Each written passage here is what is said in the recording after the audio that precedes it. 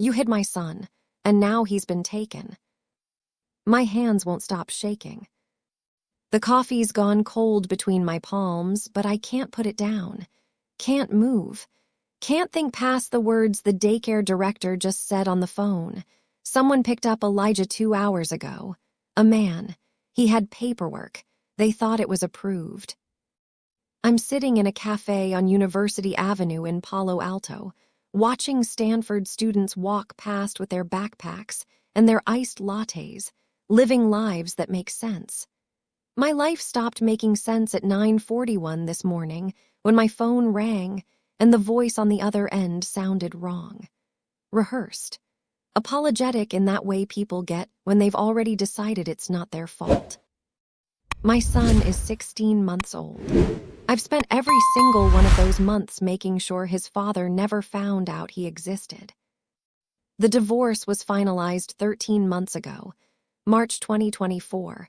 I changed my name back, I moved, I hid, I did everything right, and now someone knows someone took him. This isn't random.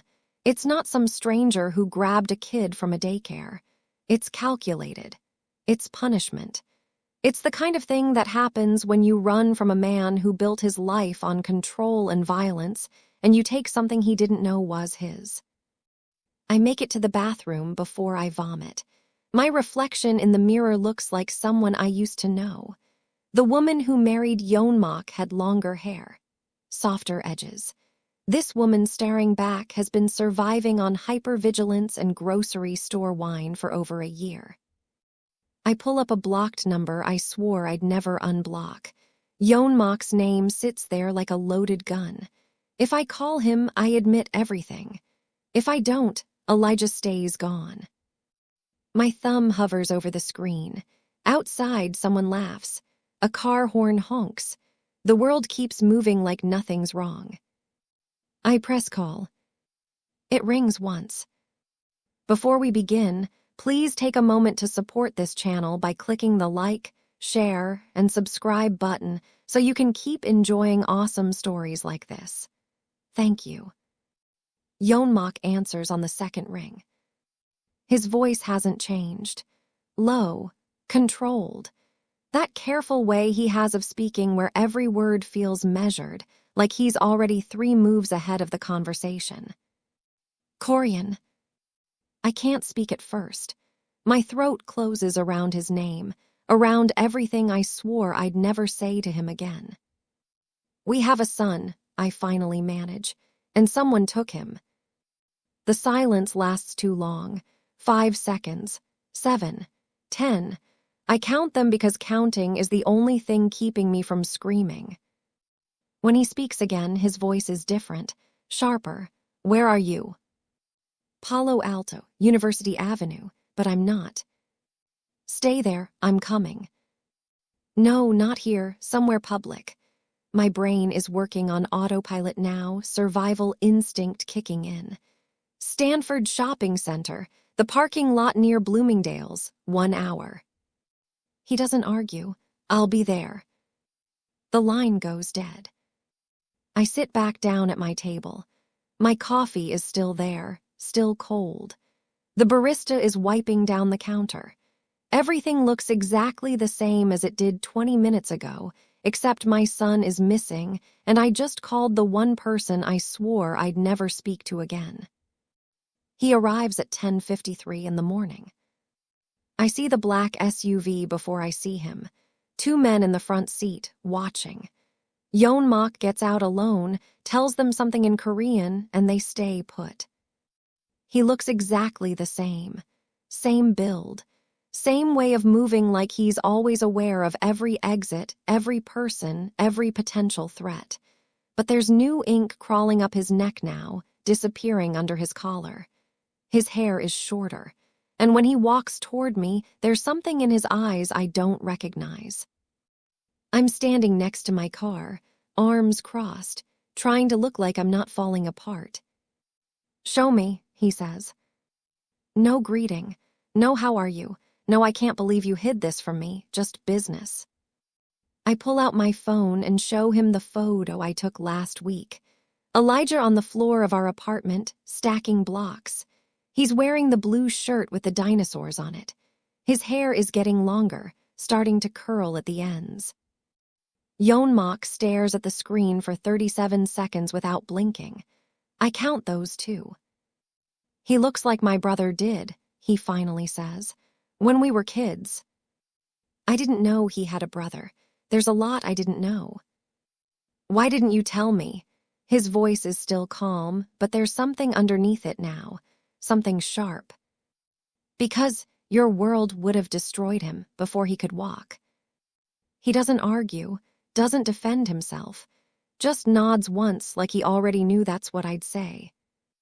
Do you have enemies? He asks. What? People who would do this to hurt you, specifically. I shake my head. I'm a data analyst, I work from home, I stop. You think this is about you. I know it is. He looks past me, scanning the parking lot like he's expecting someone to be watching. 3 weeks ago, someone tried to move against me, a lieutenant named Jinho Park. He thought I was weakening the operation, staying too legitimate, too quiet. The name hits me like cold water. Jinho Park. I met him once at some dinner Yeonmak took me to during our marriage. He looked at me the way men do when they're deciding whether you matter, like I was furniture. You think he took Elijah? I think he'd take a child to prove I'm vulnerable, to humiliate me, to force me into a mistake. Yeonmak's jaw tightens. Tell me what happened, everything. I tell him about the daycare, about the fake paperwork, about the man who called himself Michael Tran and how the director said he was calm, professional, like he'd done this before.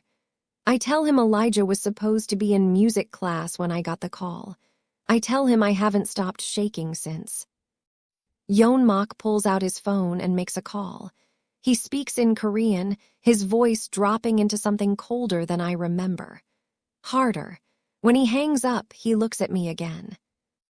Do you trust me? He asks. No. He nods like he expected that. We have 48 hours before Jinho moves him out of state, maybe less. My legs almost give out. How do you know? Because that's what I would do. The drive to Willow Glen takes 23 minutes. I follow his SUV in my car because I refuse to get in a vehicle I can't control. We pull up to a craftsman house that looks like it belongs to a tech executive's family. Neat lawn, freshly painted trim. The kind of place where people don't ask questions. Inside, it's different.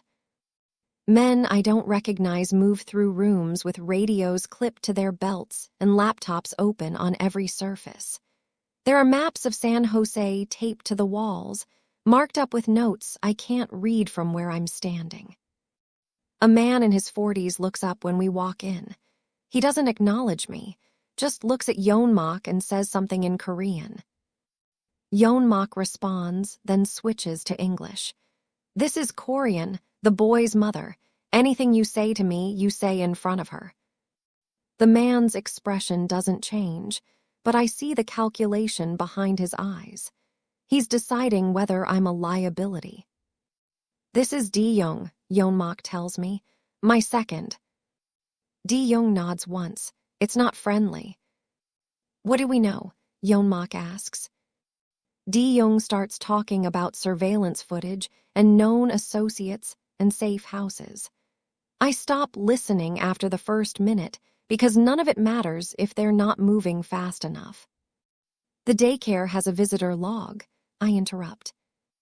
Everyone turns to look at me. They have to sign in. Even if the paperwork was fake, he had to write something down. I pull out my phone. I already called and got a copy. The name he used was Michael Tran. Yeonmak's eyes shift. You know that name. Low-level, Vietnamese. Jinho uses him for clean jobs. He looks at D-Young. Find him. I already did, I say. The room goes quiet. I pull up Michael Tran's Instagram and show them a photo from 6 days ago. He's at a bar in Santana Row, holding a drink, smiling at the camera.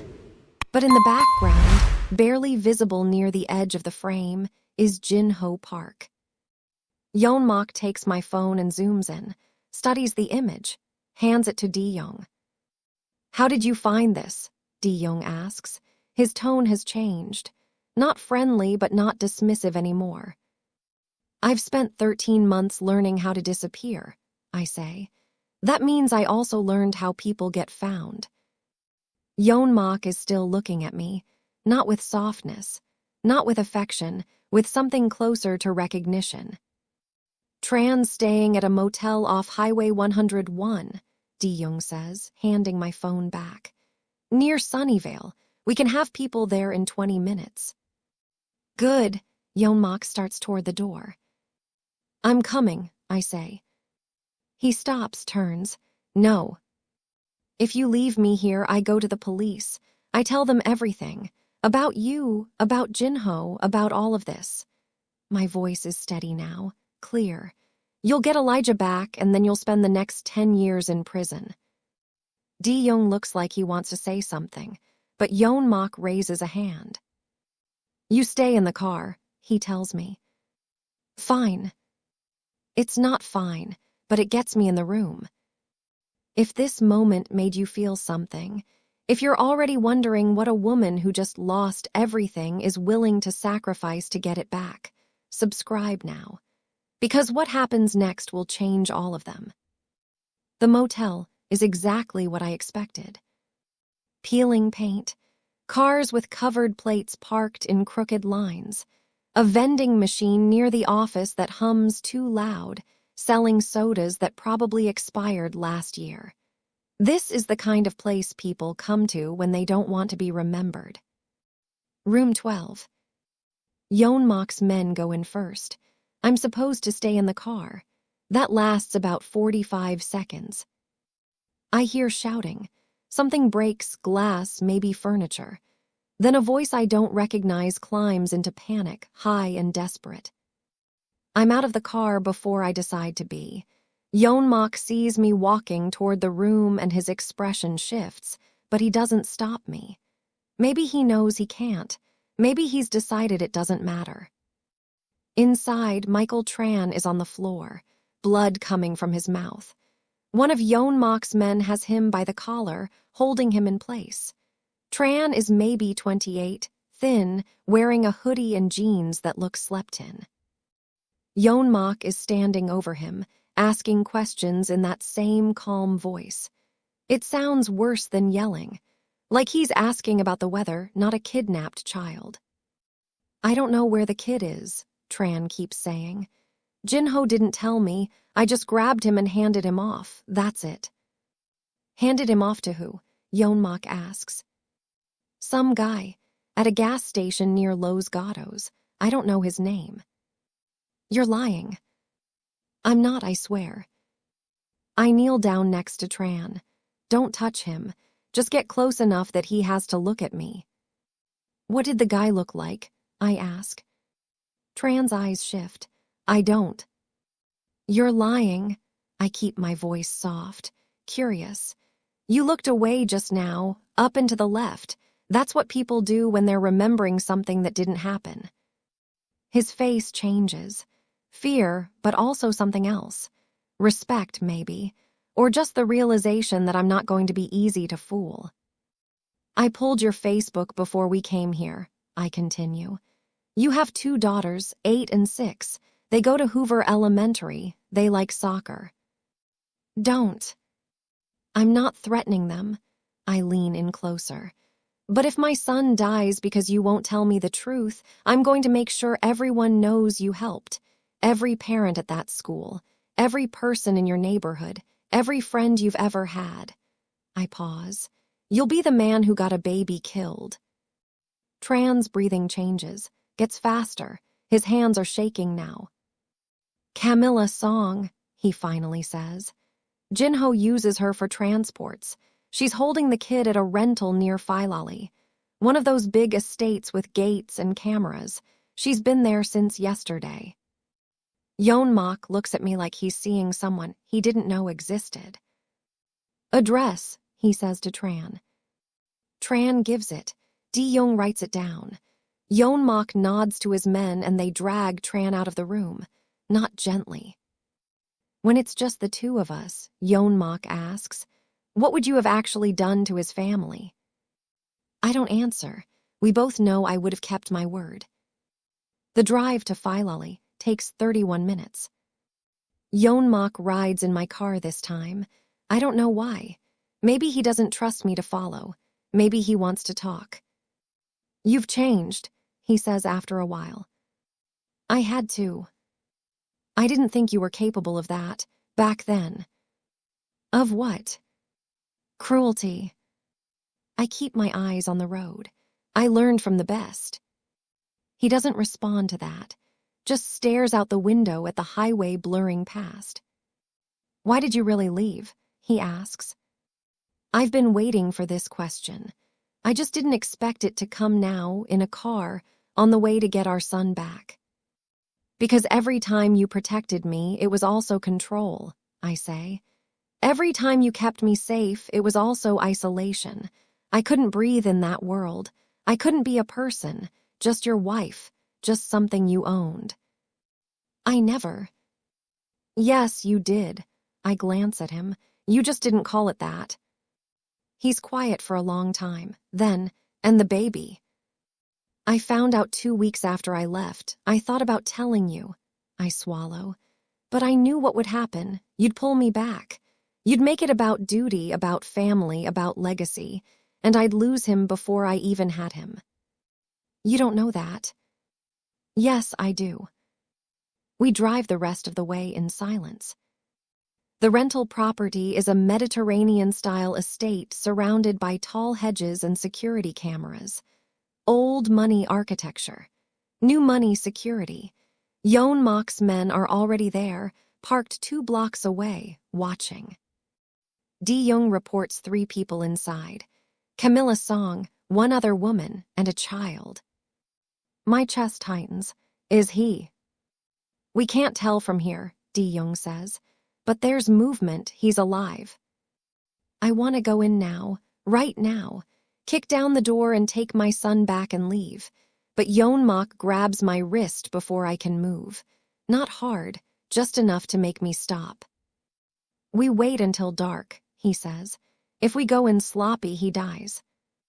We don't know if he's hurt, if he's scared, if he's... I know. His grip tightens slightly. But if we rush this, we lose him. I want to argue, want to fight, but I know he's right. So we wait. It's 4:37 in the afternoon. The sun is still up. Yeon-mak makes calls in Korean, his voice shifting between languages like code switching is second nature. I sit in the car and stare at the house and think about all the ways this could go wrong. At 5:12, his phone buzzes. He looks at the screen and his expression changes. What? I ask. He shows me. A text from an unknown number. I know you're close. If you come in, the boy disappears. If you wait, maybe we talk. Jinho, Yeon-mak says. He knew we'd find the house. This was always a trap. Yeon-mak is already texting something back. He didn't take Elijah to hide him. He took him to draw me out, to make me vulnerable. I feel like I'm going to be sick. So what do we do? Yeon-mak tells Di-young to pull the men back. Di-young argues, says they're already in position, says they can breach before Jinho knows what's happening. Yeon-mak cuts him off with a look. We pull back, he says again. No. Everyone turns to look at me. Jinho doesn't know I'm here. He doesn't know I exist. That makes me the only person who can get close without triggering an alarm. What are you suggesting? Yeon-mak asks. I walk up to that house and knock on the door. I pretend to be lost. If Camilla answers, she'll see a black woman in jeans and sneakers asking for directions. Not a threat. Not connected. Just someone who doesn't belong in this neighborhood. Di-young shakes his head. Too risky. Everything is risky. I look at Yeon-mak. But this is the only thing Jinho won't see coming. Yeon-mak studies me for a long moment. Then he nods. You get inside, you assess, you leave, he says. You don't try to take him, you don't engage. You just confirm he's there and get out. We do the rest. Fine. It's not fine, but it gets me to the door. I walk up the driveway at 6:11 in the evening. The air smells like jasmine and fresh-cut grass. Expensive landscaping. The kind of neighborhood where people have gardeners who come twice a week and cleaners who know not to ask questions. I knock. My hands don't shake because I won't let them. I've practiced this in my head 17 times during the walk. I know what I'm going to say. I know how I'm going to sound. The door opens. Camilla Song is exactly what I expected. Mid-30s, blonde highlights, yoga pants and an oversized sweater. She looks annoyed, not suspicious. Can I help you? She asks. I'm so sorry to bother you. I make my voice apologetic, embarrassed. My GPS died and I'm completely lost. Is this Loma Verde Avenue? No, that's 2 streets over. You need to. A child cries inside, faint, muffled, but unmistakable. My son's voice. I know it the way you know your own heartbeat. Camilla's expression shifts slightly. She starts to close the door. Is everything okay? I ask. I heard. My nephew's visiting. He's fine. You need to go back to. I'm a social worker. The lie comes out smooth, practiced. I heard a child crying and I just want to make sure everything's okay. Camilla's face hardens. Everything's fine. You need to leave. I put my foot in the doorway. Not aggressive, just present.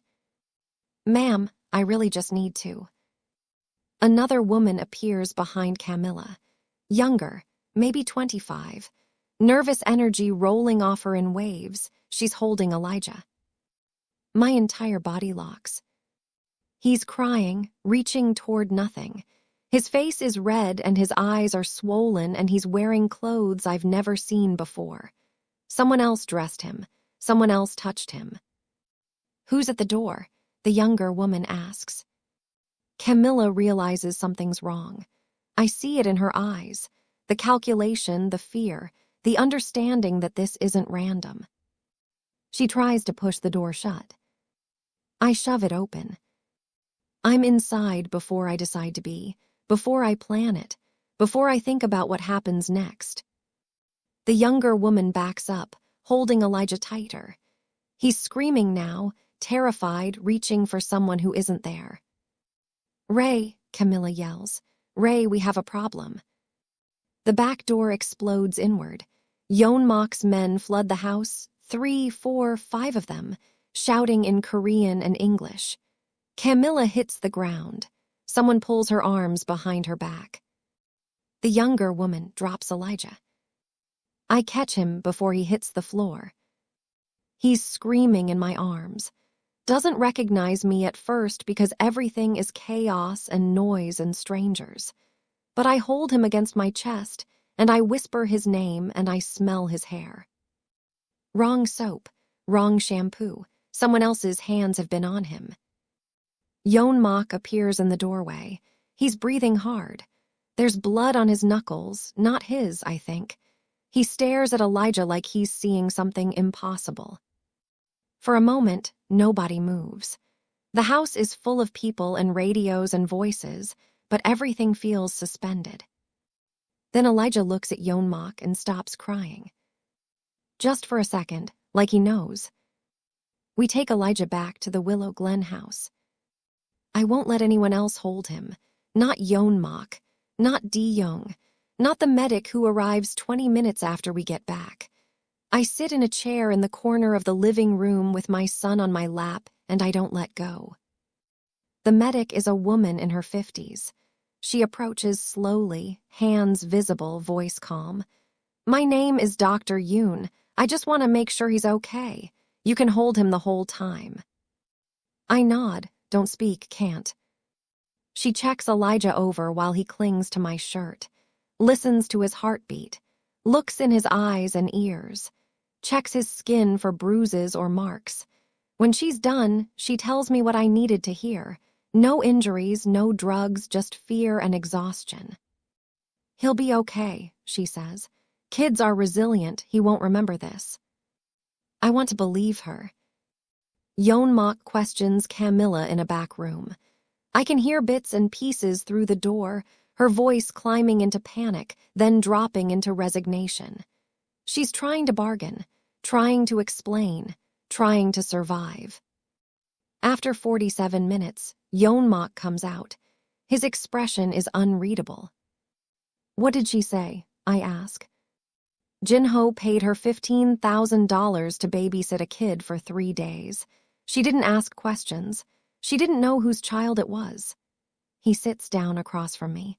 She says Jinho is planning something bigger. He's been meeting with people from Oakland. People I cut ties with years ago when I decided to go legitimate. What does that mean? It means he's trying to build a coalition. Taking Elijah was just the opening move. He wanted to prove I'm weak, that I can't protect what's mine. So he'll try again. Yes. I hold Elijah tighter. He's asleep now, his breathing slow and steady against my chest. I'm not staying here waiting for him to make another move, I say. I'm already working on it. I don't believe you. I look at Yeonmak. You're thinking about this like a business problem, how to minimize damage, how to maintain control, but I know where Jinho will be. He leans forward. What are you talking about? I pull out my phone with one hand, careful not to wake Elijah. Show Yeonmak Jinho's Instagram. There's a post from 3 hours ago, a photo of a restaurant in Santana Row with the caption, "Tomorrow night. Celebrate with me." He's hosting a party, I say. Public, visible, he's taunting you. Yeonmak studies the post. I can see him thinking, calculating, planning. What are you suggesting? He asks. We don't kill him in the dark. We destroy him in front of everyone who thought he was winning. The next morning, Elijah wakes up screaming. It takes me 11 minutes to calm him down.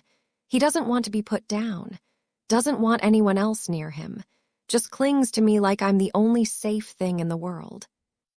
Yeonmak watches from the doorway, doesn't try to help, doesn't interfere, just stands there looking like he's trying to memorize something he'll never see again. After Elijah falls back asleep, I carry him downstairs. D-Young and 2 other men are at the kitchen table with laptops and coffee. Yeonmak is on his phone, speaking rapid Korean. When he hangs up, he looks at me. We need to talk. I know. We go into the next room.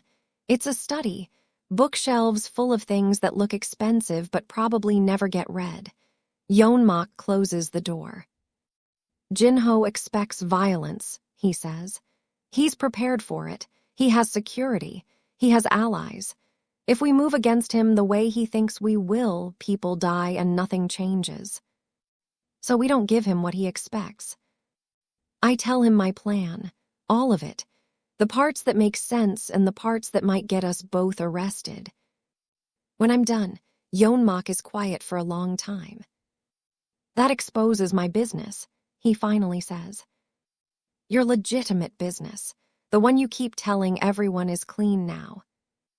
If Jinho goes down for stealing from a legitimate operation, he looks like a common criminal. But if he goes down for betraying the organization, he looks like a martyr. His allies will rally around him. Exactly. D-Young walks in without knocking. This is a mistake. You're giving up leverage to. It's the only move that works, I interrupt. Jinho wanted to embarrass Yeonmak publicly. We return the favor, but we don't use violence, we use information. I show them the documents I kept from the divorce. Financial records I wasn't supposed to have. Evidence of Jinho skimming money from Yeonmak's operations for months. Small amounts. Careful, but traceable if you know where to look. How did you get these? Yeonmak asks. I was your wife, I paid attention. He looks at the papers like they're evidence of his own failure. Maybe they are. We leak this to a journalist, I say. Someone who covers white-collar crime. We make sure Jin-ho's name is attached. We make sure the restaurant he's celebrating at gets flagged for review. By the time he walks in tomorrow night, federal agents will already be asking questions. This will cost me allies, Yeonmak says. That's your problem. My problem is keeping Elijah alive. He stares at me for a long moment. Then he nods. Do it. We spend the next 18 hours setting it up. D-Young handles the journalist, a woman named Sarah Chen who's been covering financial crime in the Bay Area for 6 years.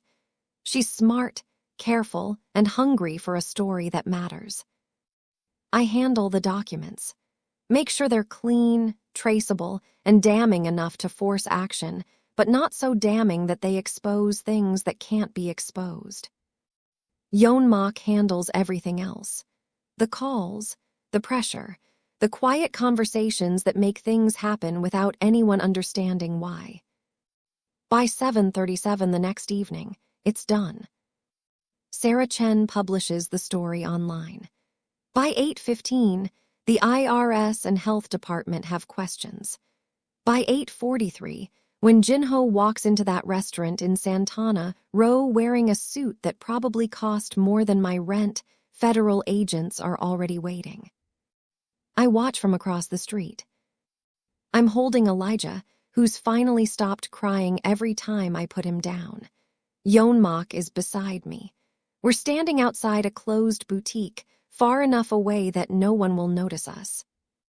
Jin-ho walks in surrounded by men who think they're celebrating. Women in expensive dresses. Bottles of champagne being carried to tables. Music playing just loud enough to feel exclusive. At 9:15, the agents walk in. I can't hear what they're saying, but I can see Jin-ho's face change. Confusion, then anger, then understanding. He's cuffed in front of everyone. His allies step back. No one defends him. No one argues. They just watch as he's walked out in handcuffs, his celebration ending before it began. Jin-ho makes eye contact with Yeonmak as he's led past. He knows exactly what happened. He knows who won. Yeonmak doesn't smile, doesn't gloat, just watches until Jin-ho is gone. It's over, I say. For now. We drive back to Willow Glen in silence. Elijah falls asleep in my arms. When we get to the house, I carry him upstairs to the room where I've been staying. Lay him down in the portable crib someone set up. Yeonmak stands in the doorway watching. Where did you learn to think like that? He asks. From you. I don't look at him. From watching how you controlled people, I just decided to use it better. He doesn't respond, just stands there for another moment, then leaves. 2:37 in the morning. I can't sleep. Keep checking on Elijah every 15 minutes to make sure he's still breathing, still safe, still mine. Yeonmak is downstairs. I can hear him moving around, footsteps, a door opening, water running. I wonder if he sleeps at all anymore. I go downstairs, find him in the kitchen, sitting at the table with a glass of something dark. Whiskey, probably. We need to talk, I say. He nods. I know. I sit down across from him. The house is quiet except for the hum of the refrigerator and the distant sound of cars on the street outside. Jin-ho's in custody, I say, but that doesn't mean this is over, you know that. I do. You'll want custody of Elijah. You'll want him in your life, in your world. He's my son. He's my son. I lean forward. I'm the one who carried him. I'm the one who's been raising him alone for 16 months. I'm the one who kept him safe when your world tried to destroy him. I didn't know he existed. Because I made sure you didn't. I don't break eye contact. I left you because our marriage was a trap dressed as devotion, Every time you protected me, it was also control. Every time you kept me safe, it was also isolation. I couldn't breathe. I couldn't be a person, just your wife, just something you owned. He sets down his glass. I never. Yes, you did. You just didn't call it that. You called it love. You called it protection. You called it taking care of me. I shake my head. But it was still a cage. He's quiet for a long time. When he speaks again, his voice is different, smaller. I know what I am, he says. I know what my world does to people, but Elijah is my son. I can't just walk away. I'm not asking you to walk away. I'm telling you that you don't get to decide how this works. I do. What does that mean? It means you can see him, but on my terms. Supervised visits. No involvement in my life. No claim to decisions about how he's raised or where he lives or what he's exposed to. That's not enough. It's everything I'm willing to give. He looks at me like I've just taken something from him that he can't get back. Maybe I have. Why did you call me when he was taken? He asks. If you hate me this much, why not go to the police? I don't hate you. The words surprise me as much as they probably surprise him. I just know better now. I know love isn't enough when it comes with conditions, when it comes with a world that will always choose violence over safety. Yeonmak stares at his glass. And if I say no, if I fight you for custody, then I disappear again, and this time you won't find me. The silence stretches between us. He knows I mean it. He knows I've already planned it, where I'd go, how I'd hide, what I'd do to make sure he never got close again. Okay, he finally says. Okay. Your terms, supervised visits, no involvement unless you allow it. He looks up at me. But I want to know him, even if it's from a distance, even if he never understands who I really am. I nod. It's not forgiveness. It's not reconciliation. It's just an agreement between two people who share a child and nothing else. There's something else, Yeonmak says. I'm stepping back from the organization. I wasn't expecting that. Why? Jinho's arrest exposed fractures. People are asking questions. My attempt to go legitimate failed. I thought I could have both, the power and the respectability. I was wrong. He finishes his drink.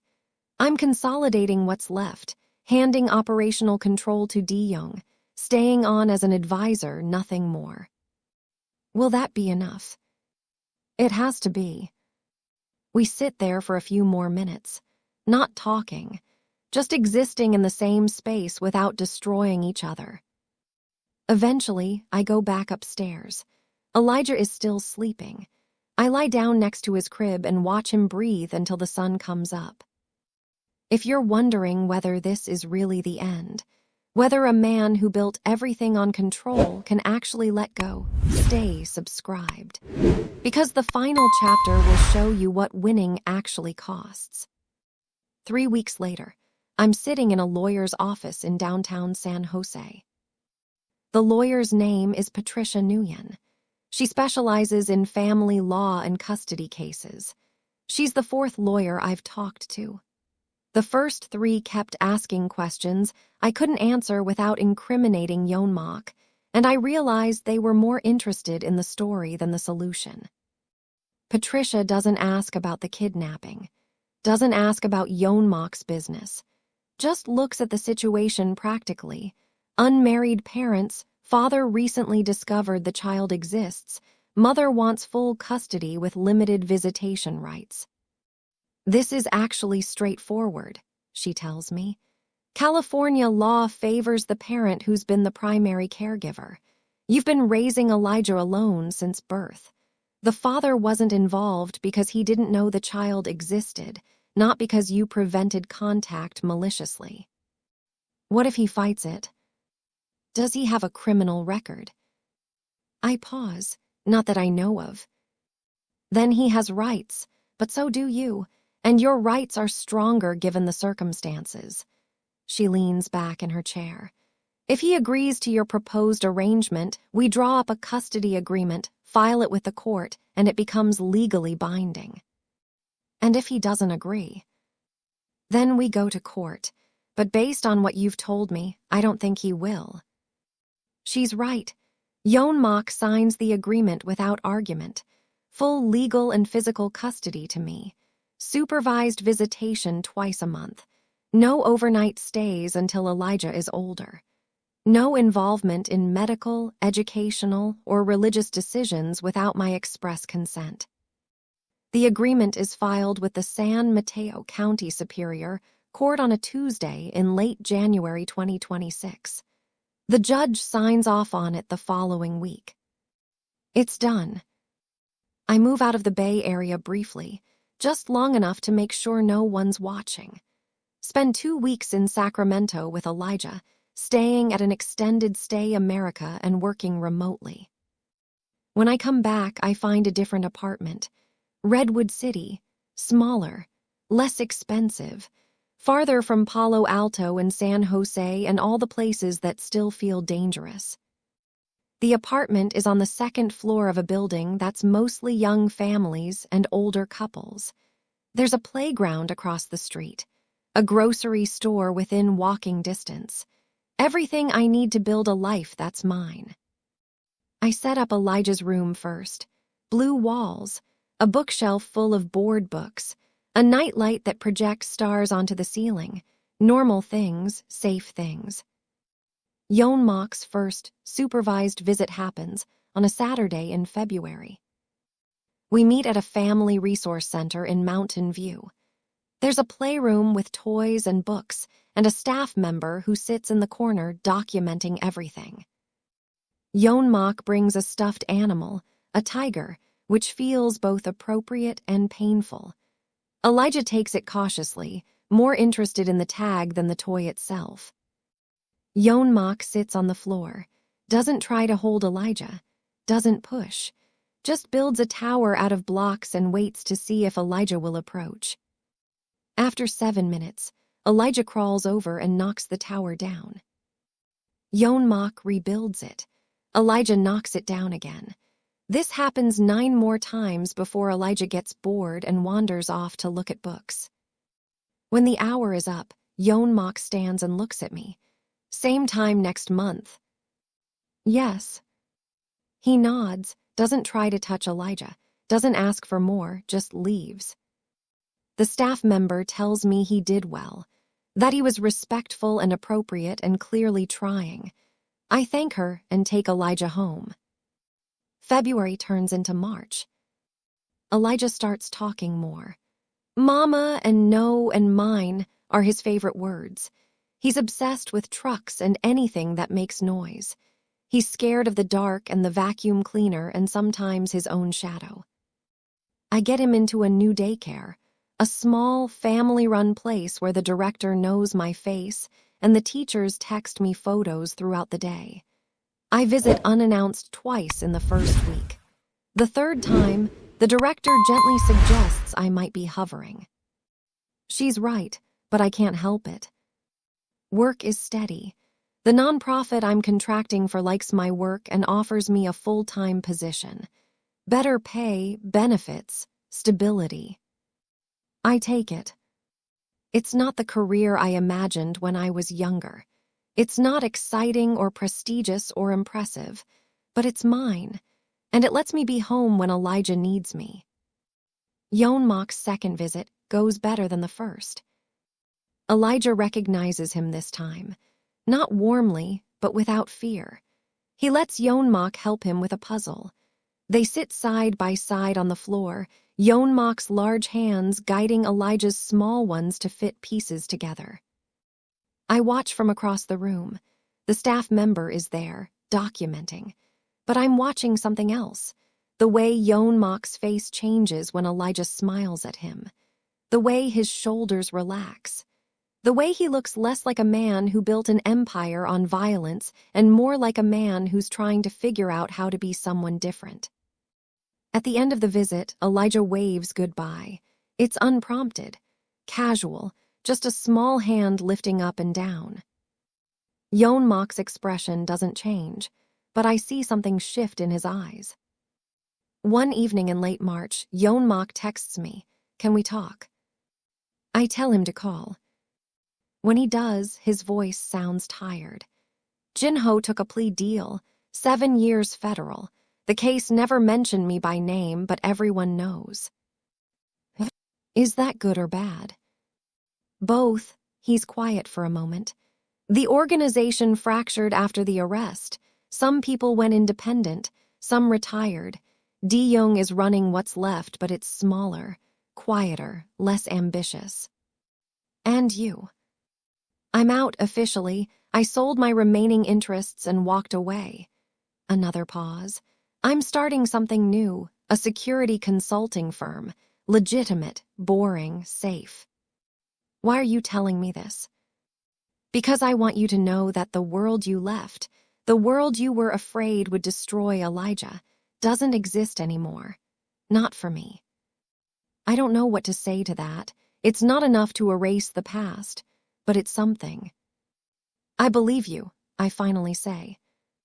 Thank you. We talk for a few more minutes.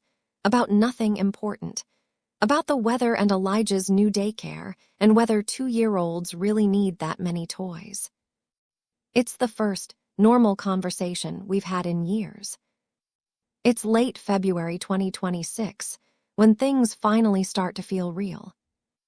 Real in the way that normal life is real, slow, steady, unremarkable. The kind of life I never thought I'd have again after everything that happened. Elijah turned 2 in January. We had a small party at the apartment, just me, him, and a grocery store cake with dinosaurs on it. He smashed his face into the frosting and laughed so hard he got the hiccups. I took photos, sent one to Yeonmak. He responded with a single word, beautiful. The third supervised visit happens on a Saturday morning. The weather is perfect. Sunny but not hot, the kind of California day people move here for. Yeonmak shows up 7 minutes early, which is new. He's usually exactly on time. He's wearing jeans and a plain black t-shirt. No jewelry, no visible tattoos. He looks like someone's dad. Elijah runs to him this time. Not because he understands who Yeonmak is, just because he recognizes him as someone safe. Someone who plays with him and doesn't get impatient when he knocks things over. They build with blocks again. Yeonmak is patient, methodical, making sure every piece is stable before adding another. Elijah is chaos, knocking down whatever looks interesting.